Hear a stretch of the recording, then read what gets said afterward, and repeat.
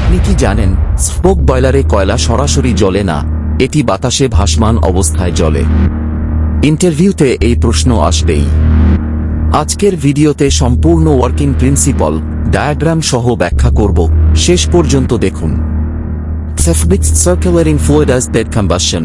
Boiler একটি আধুনিক প্রযুক্তির বয়লার যেখানে জ্বালানি, কয়লা, বায়োমাস ইত্যাদি সরাসরি জ্বলে না, বরং একটি ফ্লুইডাইজড বেড এর মধ্যে জ্বলে।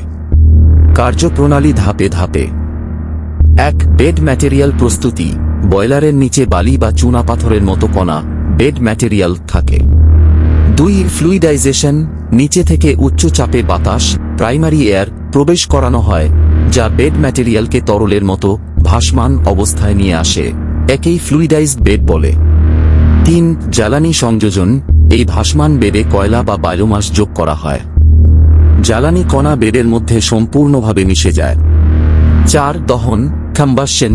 বেড টেম্পারেচার প্রায় 850-900 কে বজায় রাখা হয়, যা কয়লার সাধারণ দহন তাপমাত্রার 1300-1500 চেয়ে অনেক কম। এতে নাক্স নিঃসরণ কম হয়। 5. সার্কুলেশন। জ্বলন্ত কণাগুলো বাতাসের প্রবাহে উপরে ওঠে, সাইক্লোন সেপারেটরে গিয়ে গ্যাস থেকে আলাদা হয় এবং আবার বেডে ফিরিয়ে আনা হয়। এই চক্রাকার প্রবাহের কারণেই একে সার্কুলেটিং বলা হয়।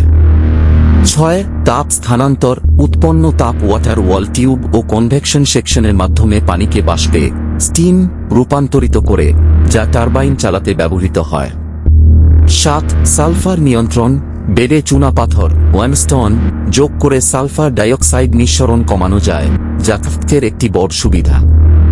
মূল সুবিধা: নিম্নমানের জ্বালানি ব্যবহারের সক্ষমতা, কম নিঃসরণ, নাক্স, সাক্স, উচ্চ দহন দক্ষতা এবং জ্বালানি নমনীয়তা। কয়লা, বায়োমাস, বর্জ্য একসাথে ব্যবহার করা যায়। ভিডিওটি ভালো লেগে থাকলে চ্যানেলটি সাবস্ক্রাইব করে পাশে থাকুন। ভিডিও কোন প্রশ্নটি অংশ ভালো লেগেছে কমেন্ট করে জানান।